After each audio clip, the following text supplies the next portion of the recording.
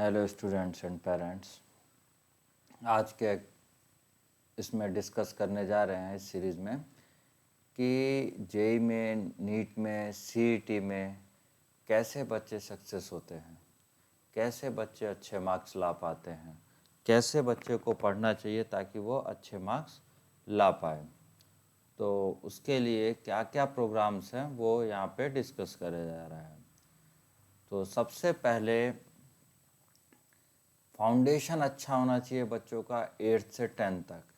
8th से 10th तक का अगर बच्चों का फाउंडेशन अच्छा है तो इसका मतलब वो आगे की चीज़ें बहुत आसानी से ग्रास्प कर पाएगा, आगे की चीज़ें बहुत अच्छे से समझ पाएगा, उसे कोई दिक्कत नहीं आएगी। क्योंकि 11th-12th में जाते ही क्या होता है कि बच्चों को 8th का नहीं आ रहा, 7th का नहीं आ रहा, 9th का नहीं आ रहा। तो 11th-12th में वैसे ही कोर्स बहुत ज़्यादा होता है सभी सब्जेक्ट में, पीसीएमबी में, तो इतना कवर करना थोड़ा टफ हो जाता है। तो 8th से 10th तक क्या होना चाहिए, हमारा फाउंडेशन अच्छा है होना चाहिए। अगर नहीं है, आप 11th में आ गए हैं तो ज़्यादा मेहनत करनी पड़ेगी। सबसे पहले फर्स्ट पॉइंट लिखा गया है क्लियर कॉन्सेप्ट्स। जो भी आप कॉन्सेप्ट पढ़ रहे हैं फिजिक्स, केमिस्ट्री, मैथ्स, बायो में, वो कॉन्सेप्ट आपको क्लियर होना चाहिए कि वो क्या पढ़ रहे हैं, क्यों पढ़ रहे हैं, कैसे पढ़ रहे हैं, उसका यूज़ कैसे होगा। उसके बाद एनसीईआरटी में आपकी मास्टरी होनी चाहिए। एनसीईआरटी की बुक्स ऐसे मैथमेटिक्स में इतनी इम्पोर्टेंट नहीं है, बट केमिस्ट्री और बायो में बहुत ज़्यादा इम्पोर्टेंट है, तो उसमें मास्टरी होनी चाहिए। ठीक है, उसके सभी क्वेश्चन आपको आने चाहिए बिल्कुल। उसके बाद प्रॉब्लम सॉल्विंग, आप अलग अलग टाइप की प्रॉब्लम्स करें, सिर्फ एनसीईआरटी और बोर्ड बुक पे ही ना रहेंगे। हम उसके लिए अलग अलग टाइप के, अलग अलग लेवल के क्वेश्चन सॉल्व करेंगे। उसके लिए अलग अलग सोर्सेस होते हैं। फॉर एग्जांपल जेई के बच्चे प्रीवियस ईयर के भी क्वेश्चन करते हैं टॉपिक में। उसके बाद हम लोग बुकलेट्स प्रोवाइड करते हैं, डीपीपी देते हैं, उसके भी क्वेश्चन सॉल्व करते हैं। और सिंगेज का पूरा मटेरियल है आपके पास, अरिहंत का। तो इन सभी को फॉलो करते हुए अलग अलग टाइप्स के क्वेश्चन सॉल्व करेंगे हम लोग। पढ़ने की स्ट्रेटेजी कैसा होना चाहिए, टाइम मैनेजमेंट कैसा होना चाहिए।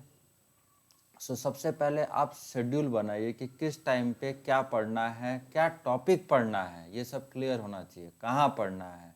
तो उसके लिए प्रॉपर शेड्यूल होना चाहिए और आपका गोल डिसाइड होना चाहिए कि आज मुझे इतना पढ़ लेना है, ये टॉपिक आज मेरे को ख़त्म करना है, ये क्वेश्चन मुझे ख़त्म करना है और इतने टाइम के भीतर करना है। टाइम बाउंडेशन भी बहुत ज़रूरी है ना, इतने टाइम के भीतर भी करना है, इतने टाइम के भीतर इतने क्वेश्चन करने हैं। और बीच में जैसे 1.5 घंटे 2 घंटे में अगर आपको ब्रेक की ज़रूरत है तो 1.5-2 घंटे में आप ब्रेक ले सकते हैं।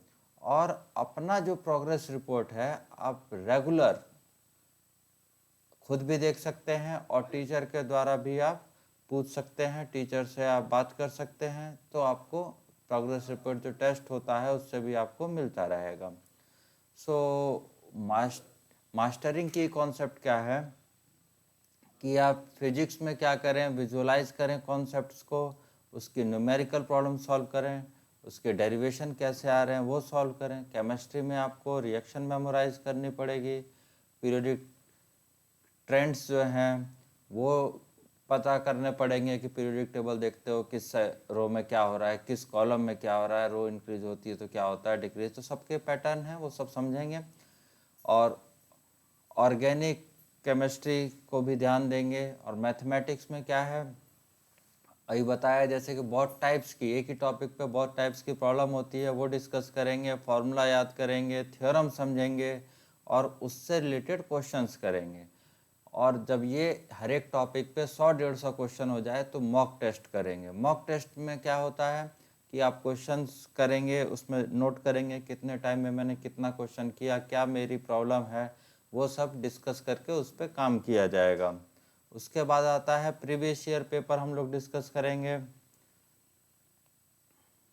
हाँ, प्रीवियस ईयर के क्वेश्चन भी डिस्कस करें जिससे आपको आइडिया लग जाए कि आप प्रीवियस ईयर के क्वेश्चन कितने कर पा रहे हैं, कैसे कर पा रहे हैं, क्या प्रॉब्लम्स है।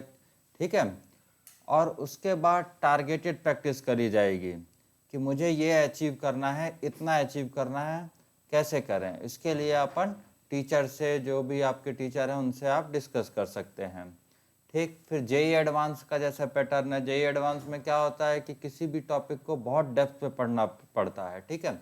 तो उसी टॉपिक को बहुत डेप्थ लेवल तक के क्वेश्चन सॉल्व किए जाएंगे, प्रीवियस ईयर के एडवांस के क्वेश्चन सॉल्व किए जाएंगे। नीट में क्या होता है कि एनसीईआरटी बायोलॉजी के लिए, केमिस्ट्री के लिए बहुत ज़रूरी है, तो उसको रटा जाएगा बिल्कुल। एमएसटी सीईटी में क्या है, बोर्ड बुक ज़्यादा सॉल्व करी जाती है, उसका जो लेवल होता है जेई से थोड़ा कम होता है, ठीक। और इन सब काम करने के लिए आपको स्ट्रेस मैनेजमेंट और हेल्थ दोनों ही अच्छी चाहिए, है ना। तो आपको ना ही स्ट्रेस लेनी है ज़्यादा, ना ही हेल्थ को ज़्यादा गड़बड़ करना है, ठीक है। तो 7 से 8 घंटे की आपको नींद चाहिए, बिल्कुल। हेल्दी डाइट होना चाहिए, खाने पीने में अच्छा होना चाहिए, खाने पीने को क्या खाना है क्या नहीं खाना ये पता होना चाहिए। फिजिकल एक्टिविटी रेगुलर करनी चाहिए, ठीक है। और अच्छी चीज़ें माइंडफुलनेस के लिए पढ़े लिखे, घूमे फिरें, ठीक। और जो भी आप एक्स्ट्रा एक्टिविटी करते हैं करें। Okay, thanks. आपको कोई भी क्वेश्चन आंसर हो, ठीक है, तो आप मेरे को कमेंट में डिस्कस कर सकते हैं, और या आप मेरे को कांटेक्ट कर सकते हैं। Okay, thank you.